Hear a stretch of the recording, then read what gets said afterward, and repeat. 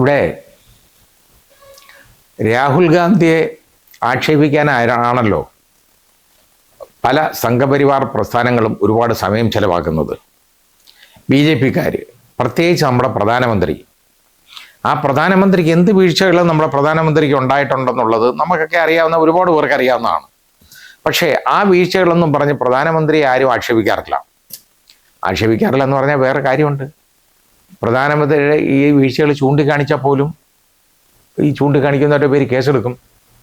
പിന്നെ നമ്മുടെ മാധ്യമങ്ങൾ, മിക്കവാറും മാധ്യമങ്ങൾ എല്ലാം ഒതുങ്ങിക്കഴിഞ്ഞു. മാധ്യമ സ്വാതന്ത്ര്യത്തിൽ 180 രാജ്യങ്ങളിൽ നമുക്ക് 157 സ്ഥാനമാണുള്ളത്. ഇന്ത്യക്ക് ഏറ്റവും വലിയ ജനാധിപത്യ രാജ്യമെന്നാണ് പറയുന്നത് ഇത് നമ്മുടേത്. ഇവിടെ എന്തോ ജനാധിപത്യം എന്നുള്ളത് എനിക്കറിഞ്ഞോളൂ. ജനാധിപത്യത്തെ കാത്തു സൂക്ഷിക്കുന്നതാണ് മാധ്യമങ്ങൾ. ഈ മാധ്യമങ്ങൾ എന്ന് പറയുന്നത് യഥാർത്ഥത്തിൽ 2 സാമ്പത്തിക ഭീമന്മാരുടെ കയ്യിലാണ് ഈ മാധ്യമങ്ങൾ.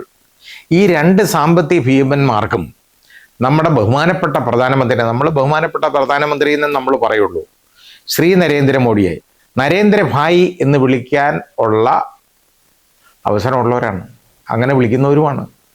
അവരുടെ പേര് ഞാൻ പറയുന്നില്ല, എല്ലാവർക്കും അറിയാവുന്നതുകൊണ്ട് ഞാനതെടുത്ത് പറയുന്നില്ല. ഏതായാലും ഞാൻ മാധ്യമങ്ങളിൽ നിന്ന് തന്നെ വായിച്ച് മനസ്സിലാക്കിയിട്ടുള്ളതാണിത്. ആ രീതിയിലാണ് നമ്മൾ കാണുന്നത്.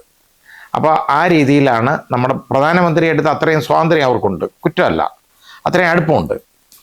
ഏതായാലും ഈ സാമ്പത്തിക ഭീമന്മാരുടെ കയ്യിലാണ് നമ്മുടെ മാധ്യമങ്ങളുടെ നല്ലൊരു പങ്കും. അത് മുകേഷ് അംബാനിയുടെ കയ്യിൽ, ആ ഉടമസ്ഥയിലാണ് യഥാർത്ഥത്തിൽ 34.87% മാധ്യമങ്ങളും, മുഖ്യധാരാ മാധ്യമങ്ങൾ നമുക്കറിയാമല്ലോ. അപ്പോൾ ഉണ്ട്. അപ്പോൾ ഇതിൻ്റെ ഏറ്റവും വലിയ പ്രശ്നം എന്താണെന്നറിയോ? ഒരു കോർപ്പറേറ്റ്, അതായത് ഗവൺമെൻറ്റ്സും കോർപ്പറേറ്റും തമ്മിലുള്ള അവിശുദ്ധ ബന്ധമാണ് ഫാസിസം എന്ന് മുസോളിനി പറഞ്ഞത് എത്രയോ ശരിയാണെന്ന് ആലോചിച്ച് നോക്കിക്കോളൂ. ഈ മാധ്യമ ഭീമന്മാരെ, അതായത് അതായത് സാമ്പത്തിക ഭീമന്മാർ അവർ മാധ്യമങ്ങളെ കൈയടക്കുകയാണ്. അടക്കി കഴിഞ്ഞാൽ എന്താണെന്നറിയോ? അവരുടെ ആവശ്യത്തിന് വേണ്ടി മാധ്യമങ്ങളെ ഉപയോഗിക്കുക എന്ന് പറഞ്ഞാൽ ദുരുപയോഗം ചെയ്യും. അപ്പോൾ ഈ മാധ്യമങ്ങൾ അവർക്ക് നമ്മുടെ ഇന്ത്യൻ പ്രധാനമന്ത്രിയോടും ഇന്ത്യൻ ഭരണകൂടത്തോടും വളരെ അടുപ്പമുണ്ടെങ്കിൽ, വിധേയത്വം ഉണ്ടെങ്കിൽ, അവർ ഈ ഭരണകൂടത്തിൻ്റെ എല്ലാ ന്യൂനതകളും മറച്ചു വെക്കാനായിട്ട് ഈ മാധ്യമങ്ങളെ ഉപയോഗിക്കും. മാത്രമല്ല അത് വിളിച്ചു പറയാൻ, അവർക്ക് വേണ്ടി പാടാനും ഈ മാധ്യമങ്ങളെ അവർ ഉപയോഗിക്കും. യഥാർത്ഥത്തിൽ ഇന്ത്യ നടന്നുകൊണ്ടിരിക്കുന്നത് ഇതാണ്. മാധ്യമങ്ങൾക്ക് സ്വാതന്ത്ര്യമില്ല ഇന്ത്യയിൽ. ഒരൊറ്റ മാധ്യമത്തിന് സ്വാതന്ത്ര്യമില്ല. ഏതെങ്കിലും മാധ്യമങ്ങൾ ഇങ്ങനെയുള്ള ശരിയായ വിവരങ്ങൾ വിളിച്ചു പറയാറുണ്ടോ? ഒരിക്കലും ഇല്ല. നമുക്ക് കാണാം, ഇല്ല എന്നുള്ളത് നമുക്ക് കാണാവുന്നതാണ്. ഇനി ജന്തർ മന്ദറിൽ ഈ കുട്ടികൾ സമരം ചെയ്തു. പ്രതിഷേധ സമരമാണ് യുവാക്കൾ നടത്തിയത്. ഈ പ്രതിഷേധ സമരത്തിൽ അവസാനം മുട്ടുകുത്തി തോൽവി അറിഞ്ഞിട്ട് നരേന്ദ്രപ്രധാനെ കൊണ്ട് അയാൾ ഇന്ന് രാജി എഴുതി വാങ്ങിച്ചു. അയാൾ രാജിവെച്ചു. ഇപ്പം ഈ നരേന്ദ്രപ്രധാൻ പറയുന്നത് എന്തെന്നറിയോ? ഈ യുവാക്കൾ വീണ്ടും വഴിതെറ്റിപ്പാതിരിക്കാൻ വേണ്ടി ഇയാൾ രാജിവെച്ചാന്ന്. എന്ത് നല്ല കാര്യമായിട്ട് പറയുന്നതെന്നറിയോ? ഇനി അത് മാത്രം, ഇത് RSSൻ്റെ നേതൃത്വം തിരിച്ചറിഞ്ഞു. ഈ യുവാക്കളെ പിണക്കിയാൽ വലിയൊരു ബുദ്ധിമുട്ടാണ് വരാൻ പോകുന്നത് എന്ന് തിരിച്ചറിഞ്ഞു. ഏതാണ്ട് വോട്ടർമാർ നമ്മളെടുത്ത് നോക്കിയാൽ വോട്ടർമാരിൽ ഏതാണ്ട് 35% യുവാക്കളാണ് നമ്മുടെ ഇന്ത്യയിൽ. അത്രയും തോളം യുവാക്കളുണ്ട്. അപ്പോൾ ഈ 35% വോട്ട് ബാങ്ക് ഇല്ലാതാകുക എന്ന് പറഞ്ഞാൽ എന്താ നടക്കുന്നതെന്ന് ഇപ്പം നമ്മൾ ബന്ദിപ്പൂരിലൊക്കെ കണ്ടല്ലോ. അതാണ് നടക്കുന്നത്. അങ്ങനെ ഒരു പ്രശ്നം വരും. അങ്ങനെ വരുന്നതിനെ മുൻകൂട്ടി കണ്ട് ഈ അധികാരം പിടിച്ചു നിർത്താൻ വേണ്ടിയാണ് ഇപ്പോൾ യഥാർത്ഥത്തിൽ RSSൻ്റെ തലപ്പത്തുള്ള സംഘചാലക് മോഹൻ ഭാഗവത് ഇപ്പം പുതിയൊരു പ്രസ്താവനയും കൊണ്ടിറങ്ങി. യുവാക്കൾ പറയുന്ന കേൾക്കണം. ഇത് എന്ന് പ്രധാനമന്ത്രിക്ക് നേരത്തെ അൾട്ടിമേറ്റം കൊടുത്തു. അങ്ങനെ പ്രധാനമന്ത്രി ഇതൊന്നും അറിയാത്ത മട്ടിന് ഒരു 3-4 റീൽസ് അങ്ങിട്ടു. പാതിരാത്രി ഇരുന്ന് തന്നെത്താൻ ഷൂട്ട് ചെയ്ത് അങ്ങ് പറയാണ്, യുവാക്കളാണ് നമ്മുടെ എല്ലാം, യുവാക്കൾ ആണ് മറ്റേത്, ഈ യുവാക്കളാണ് നല്ലതെന്ന് പറഞ്ഞിട്ട് അവരെ നട്ടലടിച്ചൊടിപ്പിച്ചതിനെ കുറിച്ച് വല്ലതും പറയുന്നുണ്ടോ? അവരൊക്കെ പെല്ലറ്റ് ഗൺ ഉപയോഗിച്ച് അവരെ വെടിവെച്ചതിനെ കുറിച്ച് വല്ലതും പറയുന്നുണ്ടോ? ഇതൊന്നുമില്ലല്ലോ. അവരെ പെല്ലറ്റ് ഗൺ ഉപയോഗിച്ചു, അവരെ അതുപോലെ തന്നെ ഇലക്ട്രിക് ബാറ്റൺ ഉപയോഗിച്ച് അവരെ ഷോക്ക് അടിപ്പിച്ചു. ഇതിനെക്കുറിച്ച് വല്ലതും പറയുന്നുണ്ടോ? പെൺകുട്ടികളെ വളരെ മോശമായിട്ട് ഉപദ്രവിപ്പിച്ചു. ഇതിനെക്കുറിച്ച് എന്തെങ്കിലും പറയുന്നുണ്ടോ? ഒന്നുമില്ലല്ലോ. പക്ഷെ യുവാക്കളാണ് നമ്മുടെ ശക്തി. യുവാക്കൾ തെറ്റിദ്ധരിപ്പിക്കപ്പെട്ട സമൂഹം എന്നാണ്, മിസ്ഗൈഡഡ് ആണ് നമ്മുടെ യൂത്ത് എങ്ങെന്ന് ആയിരുന്നു പ്രധാനമന്ത്രി പറഞ്ഞുകൊണ്ടിരുന്നത്. ഇപ്പോഴും അത് തന്നെ പറയുന്നു. അപ്പം ഇതിനെ ഞാൻ പറയാൻ കാരണം എന്താണെന്നറിയോ? ഇത് കേട്ട് ഈ ചെറുപ്പക്കാർ വഞ്ചിതരാകരുത്. നിങ്ങൾക്ക് രാഷ്ട്രീയം വേണ്ട. നിങ്ങൾക്ക് കിട്ടിയ സപ്പോർട്ട് എന്താണ്? ഇവിടെ ജന്തർ മന്ദറിൽ ജനങ്ങളുടെ സപ്പോർട്ട് നിങ്ങൾക്ക് കിട്ടിയത് കാരണം നിങ്ങൾക്ക് ജാതിയില്ല, മതമില്ല, വർഗമില്ല, രാഷ്ട്രീയമില്ല. നിങ്ങൾക്കുള്ള ഒരേ ഒരു വികാരം മനുഷ്യരെന്നുള്ളതായിരുന്നു. ആ വികാരമായിട്ട് നിങ്ങൾ മുമ്പോട്ട് പോകണം. ഇനിയിപ്പോൾ നിങ്ങൾ വോട്ട് ബാങ്ക് ആണെന്ന് കണ്ട് നിങ്ങളെ പിണക്കാതിരിക്കാൻ വേണ്ടി ഇതേപോലെ കുറേ പ്രസ്താവനകളുമായിട്ട് ഇറങ്ങും. അതിൻ്റെ ഒരു ഭാഗമാണ് ശശി തരൂർ പറഞ്ഞേക്കുന്നത് കേട്ടോ. ഇത് കോൺഗ്രസിനും മനസ്സിലാക്കാൻ പറ്റിയില്ലെന്ന് ഇവരെ. ആകെ ഇത് കോൺഗ്രസ് മനസ്സിലാക്കിയത്. കാരണം ആദ്യം മുതലേ കോൺഗ്രസിനെ എതിർക്കാതിരുന്നതിൻ്റെ ഇതിനെ ആദ്യം തന്നെ അനുകൂലിക്കാതിരുന്നതിൻ്റെ കാരണം അവർ അനുകൂലിച്ചതുമില്ല, എതിർത്തതുമില്ല. അതിൻ്റെ കാരണം എന്താണെന്നറിയോ? ഇങ്ങനൊരു സംഭവം ഉണ്ടായിട്ടുണ്ട്. പണ്ട് അണ്ണാ ഹസാരെ വന്ന് അവിടെ കുത്തിയിരുന്നിട്ട് അവസാനം എന്തിനാ വന്നേ? ഷീലാ ദീക്ഷിതിനെ അവിടുന്ന് മറിച്ചിട്ടു, റെഡിയായി. അവസാനം അതിനകത്ത് ഒരു BJPയുടെ B ടീമിനെ കയറ്റി വിട്ടു രാഷ്ട്രീയ പാർട്ടിയായിട്ട്. അങ്ങനെ സംഭവിച്ചതാണ്. എന്നിട്ട് ഈ അണ്ണാ ഹസാരെ പിന്നെ വളർന്നിട്ടില്ലല്ലോ, മിണ്ടിയിട്ടില്ല, കുറേ നാള് ശബ്ദിച്ചിട്ടില്ല. അപ്പോൾ ആ ഒരു കുഴപ്പം തിരിച്ചറിയാവുന്നത് കൊണ്ട് ഇതൊരു രാഷ്ട്രീയ പാർട്ടിക്ക് വഴി വെക്കരുത് എന്നുള്ളത് കൊണ്ടാണ് കോൺഗ്രസ് ആദ്യം അതിന് നിന്നുകൊടുക്കാഞ്ഞത്. പക്ഷേ രാഹുൽ ഗാന്ധി അല്ലേ ഇതിന് വേണ്ട എല്ലാം ചെയ്തു കൊടുത്തതും ഈ കുട്ടികൾക്ക് വേണ്ടി സംസാരിക്കുന്നതൊക്കെ ആദ്യം മുതൽ.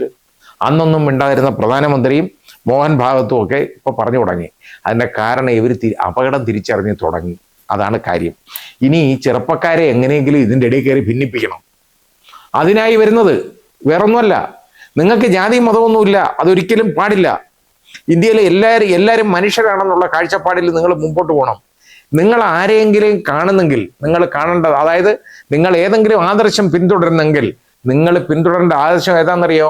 ശ്രീനാരായണ ഗുരു എന്ന് പറയുന്ന ഒരു വലിയ മഹാനുണ്ടായിരുന്നു കേട്ടോ.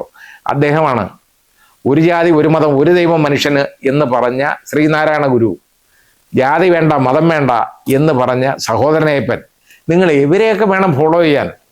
അല്ലാതെ ഈ സംഘപരിവാർ പ്രസ്ഥാനങ്ങൾ വർഗീയത മുതലെടുത്ത് അധികാരം പിടിച്ചെടുക്കാനിരിക്കുന്നവരെ കൂടെ നിങ്ങൾ കൂടരുത്. അപകടമാണ്. നിങ്ങൾ ഈ അപകടം തിരിച്ചറിയണം. നിങ്ങൾക്കൊരു രാഷ്ട്രീയവും വേണ്ട. നിങ്ങൾക്ക് വേണ്ടത് മനുഷ്യത്വമാണ്. നിങ്ങളുടെ രാഷ്ട്രീയം അതാണ് നിങ്ങൾക്ക് വേണ്ടത്.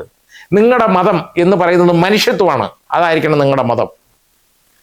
ഏകമതം, എല്ലാവരും ഒരുപോലാണ് എന്നുള്ളതായിരിക്കണം നിങ്ങളുടെ കാഴ്ചപ്പാട്. ഇല്ലെന്നുണ്ടെങ്കിലുണ്ടല്ലോ നിങ്ങളെ വെച്ച് മുതലെടുക്കും ഇവരൊക്കെ. അതിനാണ് ഇപ്പോൾ ഈ കൂട്ടം കൂടി അങ്ങോട്ട് ഇറങ്ങിയേക്കുന്നത്. സൂക്ഷിക്കണം. ഇന്ന് വരെ ഇതിനെക്കുറിച്ച് പ്രസ്താവന നടത്തണമെന്ന് പറയുന്നു. അതെ, പാർലമെൻറ്റ് മന്ദിരത്തിൽ പോകും അമിത്ഷാ. പക്ഷേ അതിനകത്ത് ലോക്സഭയിലോ രാജ്യസഭയിലോ പോകത്തില്ല. ആഭ്യന്തരമന്ത്രിയാണ്. അപ്പം ഞങ്ങൾ തീരുമാനിക്കും മന്ത്രി ഇന്ന സമയത്ത് വരണമെന്നൊന്നും പറയാൻ ഒക്കത്തില്ല. ശരിയാണ്. പക്ഷേ ഈ മന്ത്രിയായിട്ട് ഇരിക്കുന്ന എന്തിനാണ്? ഇതിനെക്കുറിച്ച് പറയാനല്ലേ? ചോദിച്ച ചോദ്യം ഉത്തരം പറയാനല്ലേ മന്ത്രിയായിട്ടിരിക്കുന്നത്? കൊള്ളരുതാത്തവനെ അത് എടുക്കരുത്. ഈ സാധനം രാജിവെച്ചിട്ട് വീട്ടിൽ പോയിരിക്കണം. ആരും ഒന്നും പറയത്തില്ലല്ലോ. ഇന്ത്യയുടെ ചെലവിൽ കഴിഞ്ഞുകൊണ്ട് ഇന്ത്യയിലെ ജനനേതാക്കൾക്ക്, അതായത് ജനാധിപത്യത്തിൽ തിരഞ്ഞെടുക്കപ്പെട്ട നേതാക്കൾക്ക്, ആളുകൾക്ക്, MP-മാർക്ക് മറുപടി കൊടുക്കുന്നില്ല എന്ന് പറഞ്ഞാൽ അതിൻ്റെ അർത്ഥം എന്താണ്? ജനാധിപത്യം ഇവിടെ ഉണ്ടോ? എന്തിനാ ഈ പാർലമെൻറ്റ് നടക്കുന്നത്? ഇപ്പോൾ ബഹളം കാണാനാണ്.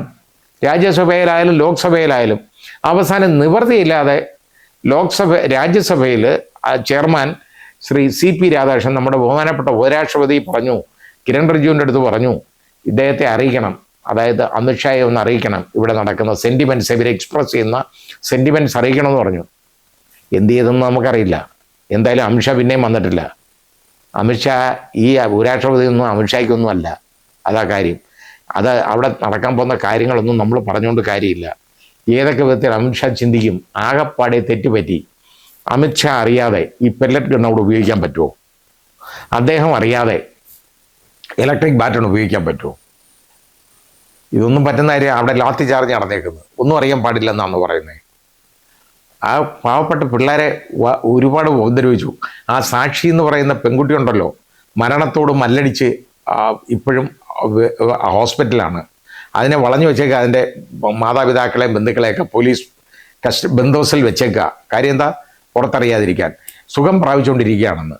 കാരണം ഇപ്പോൾ ഇതിൻ്റെ വിവരം പുറത്ത് പറയാൻ ഒക്കത്തില്ല, അതാണ് പ്രശ്നം. സുഖം പ്രാപിക്കുന്ന നമുക്കാണ്. ആ കുട്ടി സുഖം പ്രാപിക്കട്ടെ എന്ന് ഞാനും പ്രാർത്ഥിക്കുകയാണ്. കാരണം ആ കുഞ്ഞിന് ഇങ്ങനെ അതിൻ്റെ ബ്രെയിനിലേക്ക് ബ്ലഡ് പോയി, ഓക്സിജൻ സപ്ലൈ ഇല്ലാതായി. കാരണം ആ നട്ടലിന് അത്രത്തോളം ഗുരുതരമായ പരിക്കാണ് നട്ടലടിച്ചൊടിച്ചേക്കുന്നത്. ആ നട്ടലടിച്ചടിച്ചേക്കുന്ന ഈ സംഭവത്തെക്കുറിച്ചൊന്നും പറയാൻ നമ്മുടെ ആഭ്യന്തരമന്ത്രി തയ്യാറല്ല. അതാണ് നമ്മൾ മനസ്സിലാക്കേണ്ട ഏറ്റവും വലിയ പ്രശ്നം. ഇതൊക്കെ ചെയ്തിട്ട് മാളത്തിൽ ഒളിക്കും. അതാണ് ഇവർ ചെയ്യുന്നത് എപ്പോഴും.